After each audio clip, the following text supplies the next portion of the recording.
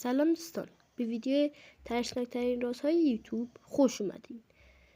من آپتین هستم از کانال گیم زون.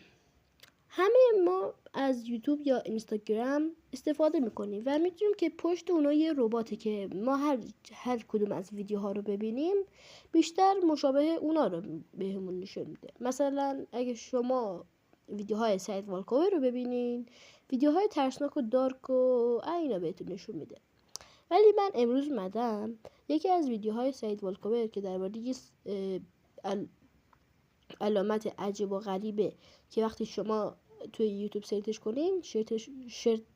سرچش کنین ویدیوهای ترسناک و عجیب و غریبی به شما نشون میده و عکس این هرم این شکلیه که یه دونه دایره با 2 تا خط.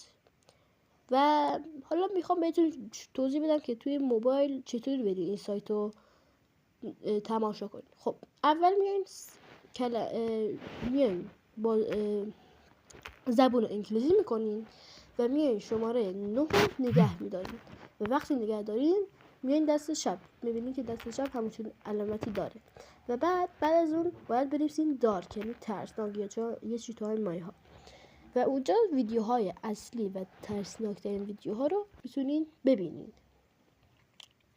ولی کاملا مراقب باشین چون این ویدیوها باعث مرگ زیاد شده و همه حداقل بیشتر 90% یوتیوب ویدیوهای خنده‌دار و با مزه و ایناست، ولی 10% دیگهش کجاست؟ دقیقا همون ویدیوهای دارک و ترسناک.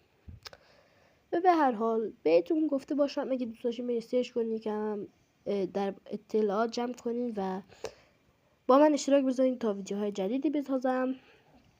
و آره، به هر حال بریم سراغ ویدیویی که من به هزاران بدبختی رفتم توی این سایت و کلی بلا سرم اومده. بریم بهتون نشون بدم. الان من اومدم توی این چیزه و سرچ کردم این کلمه رو، کل چیزای دارک مارک آورد واسه من که واقعا بعضیشون خیلی ترسناکن. what the heck، اینا چیان؟ واقعا ترسناکن و تنها چیزای گوگلی هن این تام و این یکی تام دیگه است، این نمیدونم چی بود اسمش. این هم داره 666 توی یه بازی. این هم تام حاجی یا ابوالفضل، اینا چی هن؟ دوستان به قرآن نرین سرچ کن، یعنی ها یه چیزایی میاره. اینا چی هن؟ حاجی فکر نکنه از این به بعد اینجاش دیگه خنده‌دار میشه، البته بعضیاشون، البته دیگه از اینجا به بعد هنوز بعضیاشون دارکه بعضیشون دارک نیست. حاجی واقعا نری سرچ کنیم، پاره میشیم. حالا بریم یکی از ویدیوهاشو ببینیم که یکیشون واسه 3 سال پیشه و اینه، صداش هم واسه تو میارم، خودم نگاه نمیکنم مگه نه سکته میزنم.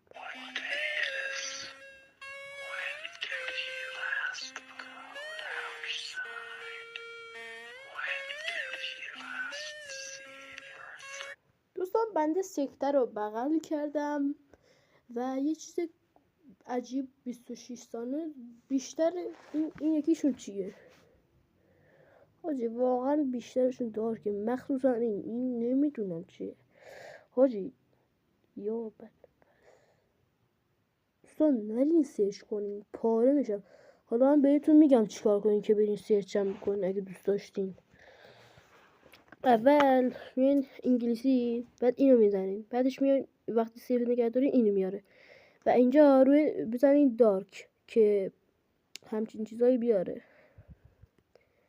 دوستان نرین سرچ کنین، به قرآن خیلی ترسناکن، ولی اگه شما که دوست داشتین برین سرچ کنین خیلی ترسناکه. به قرآن دوستان شوخی نمیکنم، واقعا ترسناکه بعضیشون تا حد اکثر مرگ.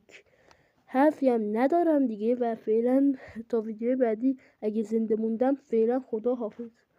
حاجی دیگه من این ویدیو دارکا نمیسازم، ولش کن.